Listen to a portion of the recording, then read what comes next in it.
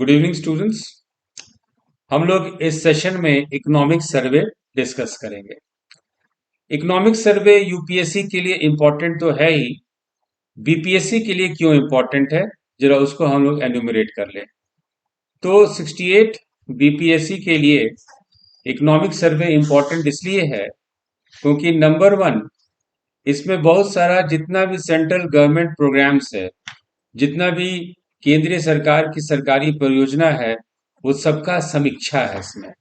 तो government programmes जो है, सेंट्रल गवर्नमेंट का प्रोग्राम जो होता है, यानी जो भी सेंट्रल गवर्नमेंट स्कीम है या सेंट्रल गवर्नमेंट प्रोग्राम है, वो आपको एक जगह मिल जाता है और उसका रिव्यू मिल जाता है। सेकंड जो है, चूंकि बीपीएससी में फॉर्मेट चेंज हुआ है, तो कैसे वर्ल्ड इकोनॉमी काम करती है, यदि न्यूयॉर्क में कुछ डिस्टरबेंस हो रहा है, सीरिया में कुछ प्रॉब्लम है, या यूक्रेन रशिया वॉर है, तो उसका इम्पैक्ट पूरे विश्व पर और खास करके हमारे संदर्भ में इंडिया में कैसे पड़ता है।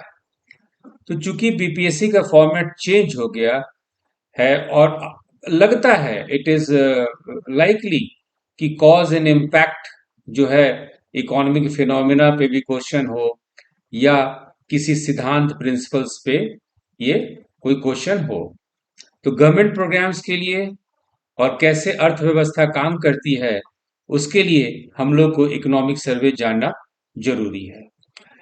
आज का जो सेशन होगा वो चैप्टर 1 है और इस चैप्टर 1 में भारत सरकार का प्रयत्न ये रहा है कि वित्तीय वर्ष 2022-23 में, फाइनेंशियल ईयर 22-23 में इंडियन इकोनॉमी का परफॉर्मेंस कैसा रहा, भारतीय अर्थव्यवस्था की क्या चुनौतियां थी और भारतीय अर्थव्यवस्था किस हद तक किस चुनौती को जो है कह लीजिए कैसे वो रेजिस्ट किया, किस तरह से पॉजिटिव चेंजेस इंडियन इकोनॉमी में आया, ये सारा चीज जो है चैप्टर 1 में डिस्कस किया गया है। हम इसको काफी सरल भाषा में आपके सामने लेकर आने की कोशिश कर रहे हैं और चैप्टर 1 जो है ये 2 सेशन में हम लोग इसको कंप्लीट करेंगे। तो चलिए, पहला हम लोग देखते हैं कि कुछ टेक्निकल टर्म्स आएगा, कुछ टेक्निकल टर्म्स हम लोग को जानना है जिससे कि हम लोग को इकोनॉमिक सर्वे के इस भाग को समझने में आसानी हो। एक शब्द है जिसको हम लोग कहते हैं फाइनेंशियल कॉन्टैजियन। फाइनेंशियल फाइनेंशियल कॉन्टैगियन, है ना, ये शब्द है फाइनेंशियल कॉन्टैगियन। ये शब्द है आपका फाइनेंशियल कॉन्टैगियन, ये एन है, राइट।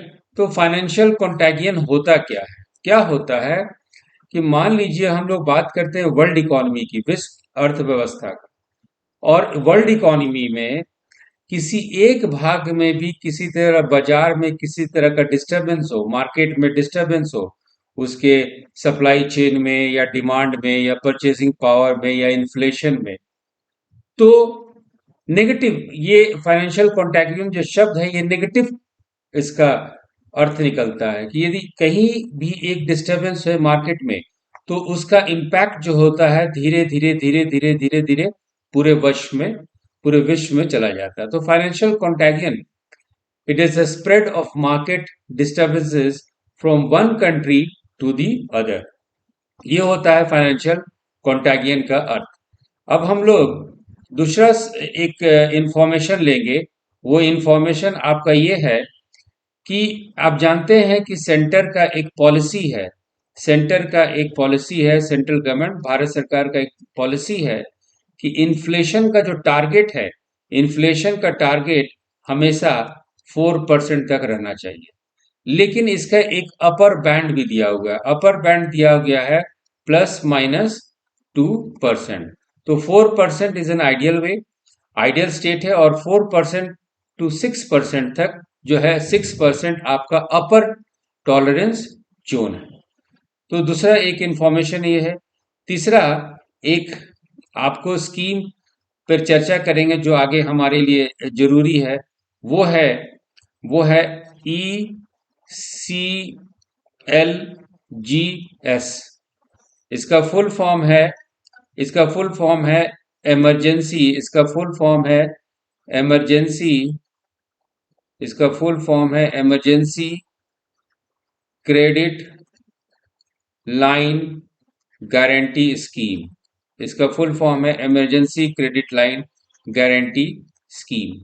ये जो है ये स्कीम एप्लीकेबल है माइक्रो स्मॉल और मीडियम एंटरप्राइजेस को। ये किसको एप्लीकेबल है? माइक्रो स्मॉल और मीडियम एंटरप्राइजेस को। ये आत्मनिर्भर भारत पैकेज का स्कीम है।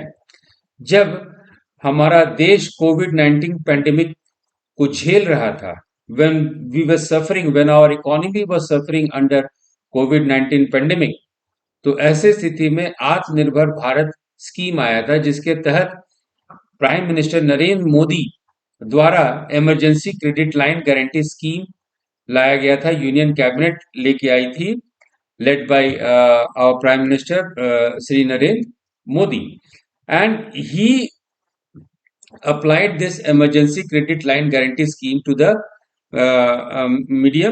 micro small and medium enterprises। में क्या था कि आपको जो है एडिशनल फंडिंग 3 लाख रुपए तक, एडिशनल फंडिंग 3 लाख करोड़ तक आपको दिया जाएगा। You will get an additional funding up to 3 lakh crore. तो ये है आपका ECLGS scheme, emergency credit line guarantee scheme. फिर एक शब्द हम लोग देखेंगे जो आएगा, उसको हम लोग कहते हैं स्टैगफ्लेशन।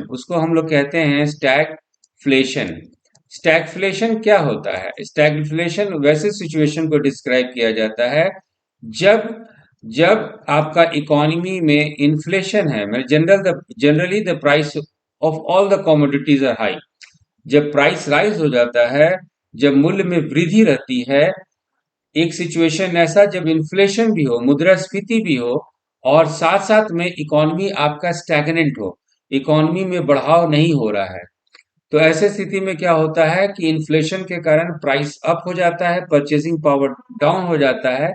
तो जब आपका इकोनॉमी में इन्फ्लेशन हो और साथ साथ इकोनॉमी भी स्टैग्नेंट हो, बढ़ नहीं रही है, तो वो सिचुएशन को हम लोग स्टैगफ्लेशन कहते हैं। एक और आप शब्द सुनेंगे, आप टेक्निकल शब्द सुनेंगे, वो है आपका बॉन्ड। एक शब्द सुनेंगे बॉन्ड, ये BOND शब्द सुनेंगे आप, बॉन्ड। तो बॉन्ड क्या है? एक इंस्ट्रूमेंट है, एक फाइनेंशियल इंस्ट्रूमेंट है। ये क्या करता है कि इस तरह का लोन है, और लोन देने वाले को बोला जाता है इन्वेस्टर। जो लोन देते हैं बॉन्ड में, ये जो फाइनेंशियल इंस्ट्रूमेंट है, लोन देने वाले को बोला जाता है इन्वेस्टर। इन्वेस्टर। और कौन लोन लेता है? तो जनरली कॉर्पोरेट लेती है लोन, या गवर्नमेंट लेती है लोन। तो एक शब्द है बॉन्ड भी हम लोग डिस्कस कर लिए। अब जो है एक और हम लोग इम्पोर्टेंट टर्म देखेंगे, उसको हम लोग कहते हैं पेंट अप उसको हम लोग कहते हैं pent up demand. Pent up demand. अब क्या होता है? पेंट अप डिमांड क्या होता है कि जैसे कोरोना के समय बहुत सारा जो है आपका कंज्यूमर गुड्स है ना, जो बहुत सारा उपभोक्ता वस्तु जो है लोग नहीं खरीद पा रहे थे। इसलिए नहीं खरीद पा रहे थे, हो सकता था कि वो अवेलेबल ना हो सकता था कि परचेसिंग पावर ना हो, लेकिन वो जरूरत तो था। AC लोग नहीं खरीद रहे थे, फ्रिज लोग नहीं खरीद रहे थे, नए नए कपड़े तो नहीं खरीद रहे थे, ऐसी की जरूरत तो था। तो एकाएक जब इकोनॉमी नॉर्मल कंडीशन में होता है, तो क्या होता है कि एक तरह से उस तरह के प्रोडक्ट के लिए डिमांड एकाएक बहुत ज्यादा बढ़ जाता है। तो इसको कहते हैं हम लोग पेंट अप डिमांड। तो चलिए, इसके साथ ही हम लोग इकोनॉमिक सर्वे का चैप्टर 1 जैसा कि आप देख रहे हैं कि state of the economy recovery complete. कहने का मतलब है कि हम लोग जरा भारतीय अर्थव्यवस्था की समीक्षा करते हैं कि देखिए कोविड 19 से उभर के भारतीय अर्थव्यवस्था अब जो है वृद्धि के रास्ते पर है। भारतीय अर्थव्यवस्था को यदि आप समीक्षा करते हैं, कंपैरिजन करते हैं, तो कंपैरिजन तभी फ्रूटफुल है जब आप इसको वर्ल्ड इकोनॉमी के साथ, विश्व अर्थव्यवस्था के साथ कंपेयर करेंगे। कहने का मतलब है कि we have to see the crisis situations. अब देखिए कि एक पिछले फ्रॉम द लास्ट 100 years आप देखेंगे कि इकोनॉमिक क्राइसिस आता है। World war one, world war two, Spanish flu, oil crisis, तो ये सब क्राइसिस है जिससे कि वर्ल्ड इकोनॉमी डिसरप्ट हो जाता है। बट इनका पैटर्न ये देखेंगे आप कि क्राइसिस आया, फिर बाकी अर्थव्यवस्था को उतना टाइम मिल जाता है कि ताकि वो रिकवर कर सके। लेकिन जो रीसेंट क्राइसिस हम लोग देख रहे हैं वो लगातार है। पहला क्राइसिस तो हमारा 2022, सॉरी माफ कीजिएगा, पहला क्राइसिस 2020 में आपका पैंडेमिक है, ये खुद पहला क्राइसिस था। दूसरा एक क्राइसिस आपका यूक्रेन रशिया वॉर है। अब यूक्रेन रशिया वॉर से क्या हुआ कि इन्फ्लेशन बढ़ा, और पैंडेमिक से क्या हुआ कि आपका जो ग्लोबल प्रोडक्शन है, जो वैश्विक उत्पादन है, वो कम हुआ। तो 2020 पैंडेमिक क्राइसिस में हमारा ग्लोबल आउटपुट, ग्लोबल प्रोडक्शन कम हुआ। यूक्रेन रशिया क्राइसिस से सप्लाई चेन डिसरप्ट हुआ, इन्फ्लेशन आया, प्रोडक्ट कम आने लगे मार्केट में, तो प्रोडक्ट का दाम बढ़ गया। और सबसे तीसरा भी हम लोग देखते हैं कि चाइनीज इकोनॉमी खुद फ्रेजाइल हो गई। चाइनीज इकोनॉमी जो है, चीन की अर्थव्यवस्था खुद वो फिजिकली कमजोर हो गई। तो ये तीन क्राइसिस लगातार पूरे वर्ल्ड इकोनॉमी को हिट कर दिया। अब ये हिट किया कैसे किया, और हमारे जैसे कंट्री को, जो कि डेवलपिंग कंट्री है और हम लोग काफी इंपोर्ट भी करते हैं, काफी आयात भी करते हैं, तो हमारे देश को कैसे फर्क पड़ा, और बाकी देश भी, भारत जैसे बाकी देश को भी क्या फर्क पड़ा, उसको हम लोग देखेंगे, फिर इंडिया का कंपैरिजन करते हैं। अब देखिए कि जब पैंडेमिक हुआ, जब आपका यूक्रेन रशिया कॉन्फ्लिक्ट हुआ, और चाइनीज इकोनॉमी जब कमजोर पड़ गई, तो ऐसे स्थिति में जितने भी देश के सेंट्रल बैंक है, जैसे इंडिया का सेंट्रल बैंक रिजर्व है, तो वो लोग एक टाइट मॉनेटरी पॉलिसी ले आया, एक वेरी प्रूडेंट, एक स्ट्रिक्ट मॉनेटरी पॉलिसी। और ये मॉनेटरी पॉलिसी लाने में सबसे आगे थे यूएस फेडरल, मैंने जो यूएसए के जो सेंट्रल बैंक है उसको हम लोग यूएस फेडरल कहते हैं। तो यूएस फेडरल जो है ये टाइट मॉनेटरी पॉलिसी लाई। अब जब यूएस फेडरल, यूएस की सेंट्रल बैंक यूएस फेडरल जब टाइट मॉनेटरी पॉलिसी लाई, तो क्या हुआ, यूएस डॉलर जो है अप्रिशिएट कर गया।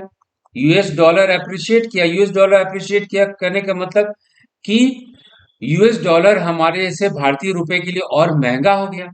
अब यूएस डॉलर के महंगा होने से हमारे ऊपर, या कहिए बहुत हद तक दूसरे देश में भी क्या फर्क पड़ा, सबसे बड़ा फर्क पड़ा सीएडी पे, करंट अकाउंट डेफिसिट। यानी हमारे पास जो खर्च के लिए पैसा है उसमें आपका डाउनफॉल हो गया, क्योंकि रुपी डेप्रिशिएट कर गया यूएस के कंपैरिजन में। पहला तो ये हुआ। और जब हमारा खर्च करने का कैपेसिटी, करंट अकाउंट डेफिसिट यदि कम हुआ, तो ऐसे स्थिति में इन्फ्लेशन, ऐसे स्थिति में इन्फ्लेशन आना जो है स्वाभाविक था। अब क्राइसिस पे इसी क्राइसिस पे अब हम लोग देखेंगे कि भारतीय अर्थव्यवस्था जो है कैसे इसको संभाली। भारतीय अर्थव्यवस्था, भारत सरकार जो है, गवर्नमेंट ऑफ इंडिया जो है, अपने मॉनेटरी पॉलिसी से, अपने स्कीम से, प्रोजेक्ट से कैसे इकोनॉमी को अपने जो है ढर्रे पे लाई। और यहीं पे हम लोग बात करेंगे कि इस तरह का जब इकोनॉमिक क्राइसिस होता है और यूएस फेडरल इकोनॉमी में, जो कि एक एडवांस्ड इकोनॉमी है, वहां पे यदि फेडरल यूएस या यूएस की सेंट्रल बैंक यदि टाइट मॉनेटरी पॉलिसी लेके आती है, तो फिर एक कंडीशन डेवलप कर जाता है जो हम लोग डिस्कस किए, फाइनेंशियल कॉन्टैगियन। फाइनेंशियल कॉन्टैगियन, तो ये कंडीशन जो है ये डेवलप कर गया और इंडिया को भी ये इफेक्ट किया। अब हम लोग चलते हैं, देखते हैं कि इंडियन सिचुएशन इंडिया कैसे इस क्राइसिस को फेस की। अब देखिए, इंडिया के केस में क्या है कि मॉनेटरी पॉलिसी, आरबीआई का monetary policy, government of India के एफर्ट से इन्फ्लेशन तो भले ही हम लोग 6% तक कंट्रोल करने में सक्षम रहे, लेकिन सबसे बड़ा लॉस जो इंडिया को इस समय हुआ वो था loss of export stimulus, loss of export. क्योंकि एक्सपोर्ट में लॉस होने का कारण ये था कि ये क्राइसिस के कारण जो वर्ल्ड ट्रेड का ग्रोथ था वो आपका श्रिंक करते चला गया। लेकिन इंडियन इकोनॉमी इतना वाइब्रेंट रहा, इतना अच्छा रहा कि इस एक्सपोर्ट के लॉस को जो है रिकवर करने में किसी और अल्टरनेटिव इंडियन इकोनॉमी के पास था। और ये अल्टरनेटिव इतना कारगर रहा कि एजेंसी जो वर्ल्ड वाइड एजेंसीज है ये कहती है कि फिजिकल ईयर 23 में इंडिया का जो ग्रोथ रेट है वो 6.5 to 7% रहने का अनुमान है। ये देखिएगा, ये डाटा याद रखिएगा। India's economy projected by world wide agencies is 6.5 to 7%।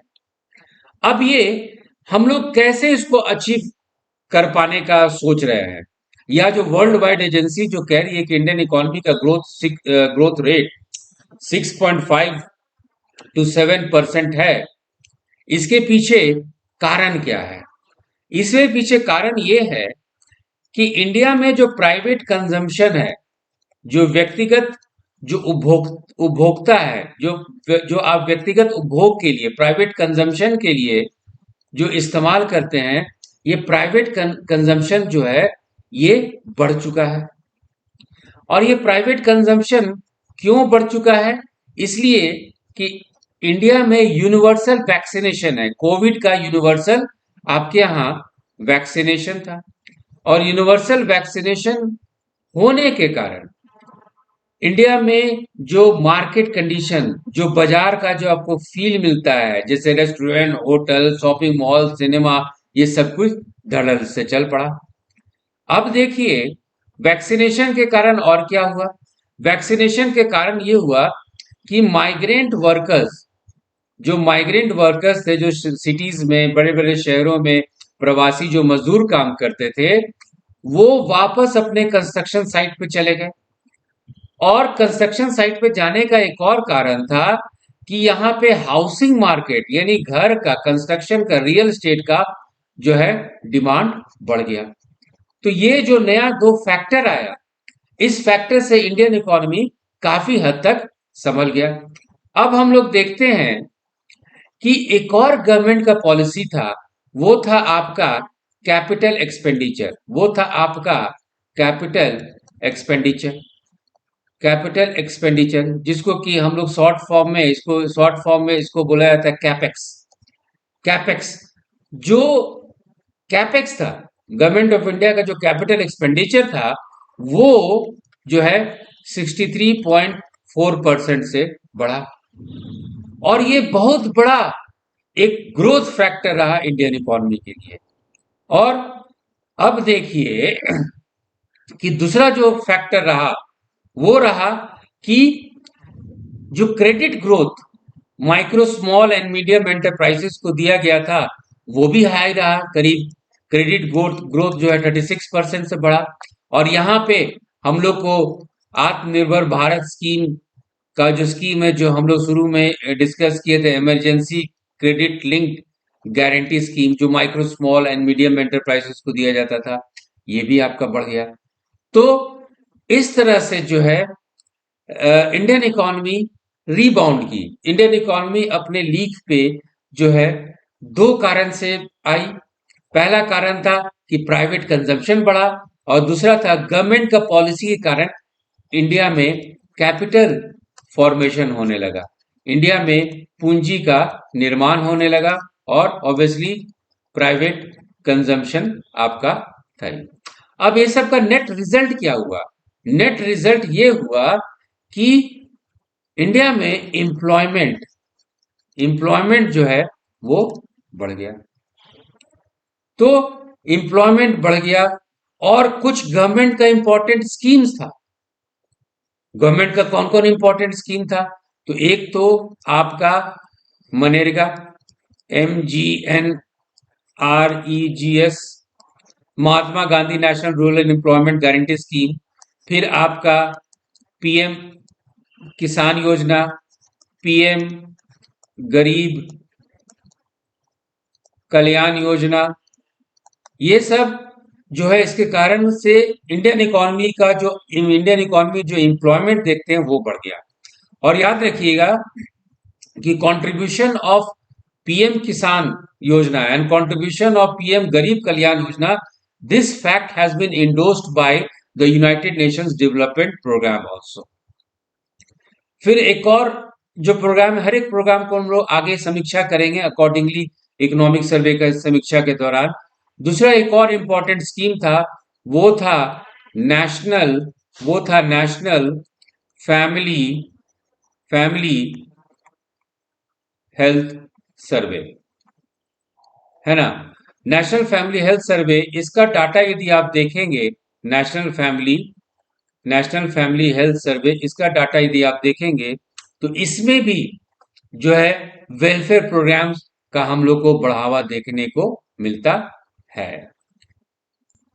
हमारे इकोनॉमी को ये सब स्कीम के अलावा भी और भी स्कीम है जिससे कि भारतीय अर्थव्यवस्था को सहारा मिला, और इस साल भी हम लोग को काफी उम्मीद है कि इकोनॉमी में बूस्ट आएगा ये सब खास प्रोग्राम से। तो ये सब बच्चों आप लोग को जानना चाहिए। एक है आपका गति शक्ति पीएम गति शक्ति योजना, ये प्रोग्राम। दूसरा नेशनल लॉजिस्टिक्स पॉलिसी, और तीसरा है प्रोडक्शन लिंक्ड इंसेंटिव स्कीम, ये आपका मैन्युफैक्चरिंग सेक्टर में। तो ये सब स्कीम से जो है गवर्नमेंट सोच रही है कि फाइनेंशियल ईयर 23-24 में भी हमारा जो इकोनॉमी थोड़ा सा और रोबोस्ट हो जाए। Basically government of India wants to project in spite of several crises, in spite of monitoring tightening by US Federal, in spite of monetary tightening by US Central Bank, and consequently monitoring tightening by the RBI, India में widening of current account deficit and plateauing growth of exports. प्लेटो कैसे होता है? ऐसे सपाट। तो flat growth of exports, जो exports का जो फ्लैटेंड हो गया ग्रोथ, ये सब क्राइसिस सिचुएशन में India's economic resilience, it proves that India has much more economically intrinsic factors that has driven the agencies worldwide to project India's growth rate in the range of 6.5 to 7%. In fact, IMF has estimated, very important, International Monetary Fund, has estimated, IMF का statement है ये, कि India is one of the top 2 fast growing significant economies in 2022. ये बहुत important है कि one of the top 2 सबसे ज्यादा वृद्धि करने वाला 2022 का ये बहुमूल्य, काफी महत्व वाला अर्थव्यवस्था है। तो ये आईएमएफ का ये स्टेटमेंट क्या बताता है, इसका कारण क्या है? यदि हम लोग इस सेशन को कंक्लूड करें तो पहला कारण है आपका डोमेस्टिक डिमांड। जो भारत के अंदर जो व्यक्तिगत उपभोक्ताओं की मांग है ना, डोमेस्टिक, घरेलू, डोमेस्टिक डिमांड, ये सबसे इंपॉर्टेंट है। इसके कारण मैन्युफैक्चरिंग और इन्वेस्टमेंट एक्टिविटीज भी जोर पकड़ लिया। और यदि प्राइवेट कंजम्पशन की बात करें, व्यक्तिगत उपभोग की बात करें, तो 58.4% इसका कंट्रीब्यूशन रहा है इंडिया के जीडीपी में। इसके अलावा आप देखेंगे कि दूसरा जो सबसे इंपॉर्टेंट सेक्टर रहा है वो सर्विस सेक्टर रहा है, जैसे कि ट्रेड, जैसे कि होटल, जैसे कि ट्रांसपोर्ट, ये सब। और ये सब ऐसा क्यों हुआ? सर्विस सेक्टर क्यों इंप्रूव कर गया इंडिया में, तुरंत रिबाउंड क्यों कर गया? क्योंकि इंडिया में यूनिवर्सल वैक्सीनेशन ड्राइव था। So obviously this speaks good about the government. Means तुरंत हम लोग नो कॉन्टैक्ट से बाजार एक्सपीरियंस में आ गए। और ये जो प्राइवेट कंजम्पशन है या रीबाउंड इन कंजम्पशन है, तुरंत एकाएक बहुत ज्यादा मांग जो बढ़ गया है, उसको एक ही फिनोमेना से हम लोग डिस्क्राइब कर सकते हैं कि ये हमारा पेंटअप डिमांड है। और ये पेंटअप डिमांड हम लोग प्राइवेट कंजम्पशन के साथ साथ हाउसिंग मार्केट में भी देखते हैं। हाउसिंग मार्केट में भी, है ना, हाउसिंग का जो पहले इन्वेंट्री था, ये प्रूफ है कि क्यों हाउसिंग डिमांड कैसे बढ़ गया। तो जो इन्वेंट्री था, जो स्टॉक था, वो जो है खत्म होने लगा और नया नया कंस्ट्रक्शन चालू हो गया। और एक कारण जो है वो कैपिटल बजट, सेंट्रल गवर्नमेंट का जो कैपिटल बजट था, जिसमें जो कैपिटल एक्सपेंडिचर का जो हाई क्वांटम हुआ, ये भी एक कारण रहा। और सिर्फ सेंट्रल गवर्नमेंट नहीं, जितनी भी स्टेट गवर्नमेंट है इंक्लूडिंग बिहार गवर्नमेंट भी कैपिटल एक्सपेंडिचर को जो है आपका इम्पोर्टेंट ये फैक्टर मानती है। बैंकिंग सेक्टर भी जो है डेवलप कर गया, बैंकिंग सेक्टर हैज रिस्पॉन्डेड। और बैंकिंग सेक्टर रिस्पॉन्ड करने के कारण भी था कि वो क्रेडिट जो है ज्यादा वो देने लगी। तो ये सब कारण से इंडिया का इकोनॉमी रेजिलिएंट है। Indian economy is good and Indian economy is well on it's way toward advancement. तो हम लोग फुली रिकवर कर गए। यही गवर्नमेंट ऑफ इंडिया का इकोनॉमिक सर्वे का चैप्टर 1 से ये उनका कहने का मकसद था। तो इसके साथ ही आज का सेशन हम लोग यही कंप्लीट करते हैं। Thank you.